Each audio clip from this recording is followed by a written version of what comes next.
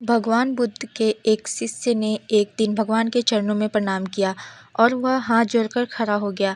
भगवान ने उससे पूछा, तुम क्या चाहते हो? शिष्य ने कहा, यदि भगवान आज्ञा दे तो मैं देश में घूमना चाहता हूँ।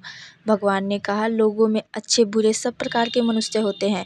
बुरे लोग तुम्हारी निंदा करेंगे और तुम्हें गालियाँ देना, उस समय तुम्हें कैसा लगेगा? शिष्य ने कहा, मैं समझ लूँगा कि वे बहुत भले लोग हैं, क्योंकि उन्होंने मुझ पर धूली नहीं फेंकी और मुझे थप्पड़ नहीं मारे। भगवान बुद्ध ने फिर कहा, उनमें से कुछ लोग धूली भी फेंक सकते हैं और थप्पड़ भी मार सकते हैं।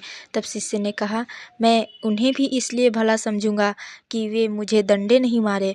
भगवान ने कहा, डंडे मारने भी वाले भी 10-5 मनुष्य मिल सकते हैं। तब शिष्य ने कहा, वे मुझे हथियार से नहीं मारते, इसलिए वे भी मुझे भले जान पड़ेंगे। तब भगवान ने कहा, देश बहुत बड़ा है, जंगलों में ठग और डाकू रहते हैं। डाकू तुम्हें हथियार से भी मार सकता है। तब शिष्य ने कहा, वे डाकू भी मुझे दयालु जान पड़ेंगे, क्योंकि उन्होंने मुझे जीवित तो छोड़ा।